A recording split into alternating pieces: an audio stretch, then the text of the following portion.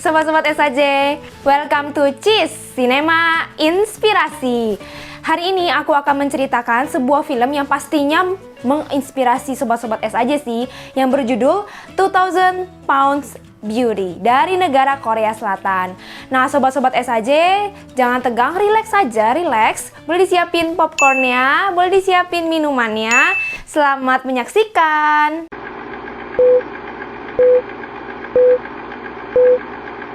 Menceritakan seorang gadis yang bertubuh gemuk namanya Hana, di mana dia ini menjadi penyanyi latar buat penyanyi lain.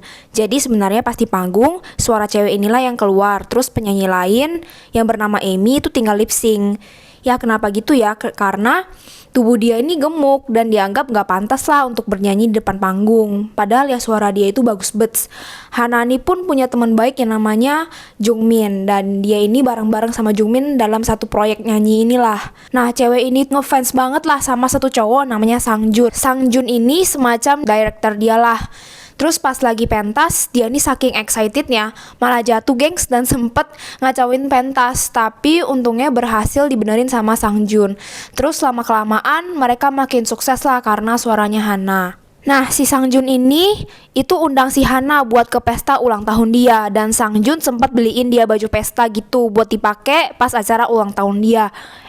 Ternyata si bajunya ini itu tuh juga dikasih ke penyanyi dia yang namanya Amy itu. Terus pas di toilet dia tuh nggak sengaja nguping pembicaraan Sangjun dan Amy. Akhirnya dia dengerin tuh fakta kalau selama ini Sangjun hanya memanfaatkan dia, dan selain suara dia nggak ada artinya lagi. Terus bilang sama si Amy nggak usah cemburu lah sama Hana dan harus baik-baik sama Hana. Broken heart lah si Hana ini. Dan akhirnya dia pergi tuh ke dokter bedah plastik. Frustasi kan dia, terus pengen dioperasi plastik. Tuh di ruangan operasi, para tim medis udah bekerja keras lah. Sementara Sangjun dan tim itu kehilangan Hana, dan album mereka itu sempat ditunda. Membutuhkan waktu yang lama buat Hana untuk pulih dari oplasnya dan sambil olahraga keras gitu buat ngurusin badan dia. Dan tarang, finally perbannya tuh dibuka gengs, dan hasilnya menurut tim medis itu natural banget lah, bagus. Dan Hana kayak gak nyangka gitu sama wajah barunya, dan seneng banget. Karena udah cantik dan kurus, Hana pun keluar untuk membeli baju impian dia dan menikmati sensasi dilihat orang-orang lah dan menjadi cantik. Sampai-sampai dia nabrak mobil orang, dan cowok yang ditabrak itu malah ngalah gengs dan kayak terpesona gitu sama kecantikan dia. Terus waktu diminta KTP nih sama polisi, tuh kan wajahnya beda kan. Karena beda, dia pun dibawa tuh ke kantor polisi buat diminta keterangan. Dan dia pun meminta si Jungmin buat datang. Nah, pas temannya datang itu kayak nggak ngenalin dia, tapi untungnya dia tuh punya tanda gitu yang temannya ini tahu lah. Karena Hana yang menghilang, Sangjun pun harus mencari penyanyi baru kan. Terus dia adain lah audisi. Hana itu ikutan audisi ini gengs dan menyamar menjadi Jennie. Nah, pas audisi, suaranya tuh bagus banget dan mengingatkan mereka sama Hana, dan terpilihlah Jennie sebagai penyanyi baru mereka.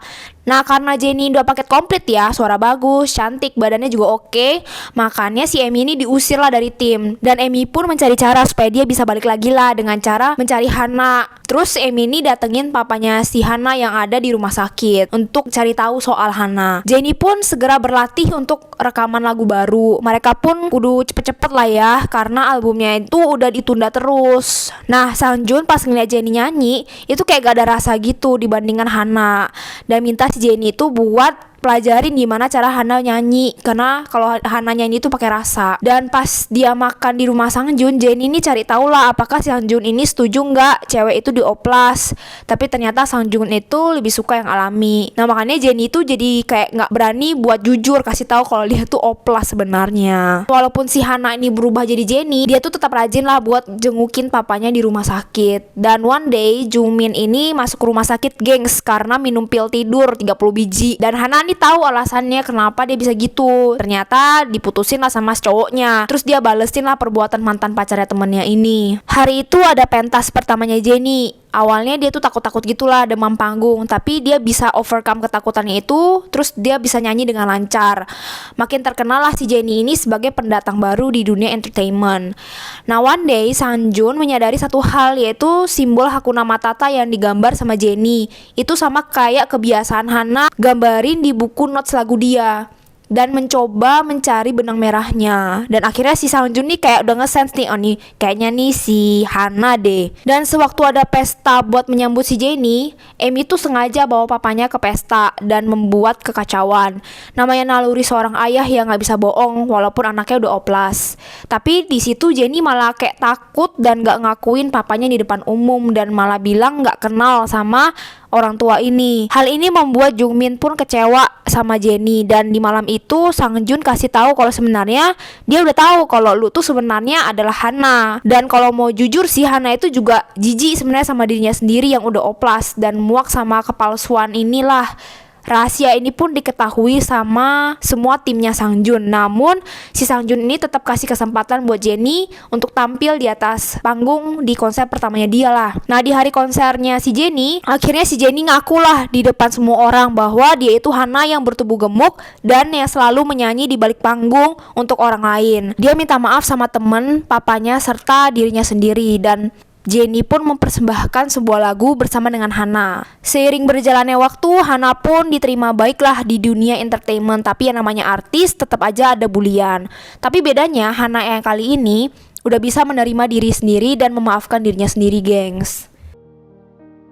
Dari film ini aku belajar sih untuk memaafkan diri sendiri. Kita semua pasti punya kekurangan, gengs. Dan yang paling penting, kita gak bisa membuat semua orang tuh suka sama kita.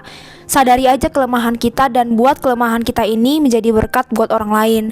Dan yang paling terpenting adalah terima diri kita apa adanya. Jangan dengerin apa kata orang. Jadi diri sendiri aja. Ketika ada kelemahan, waktunya belajar. Ketika ada kekuatan, waktunya berkarya.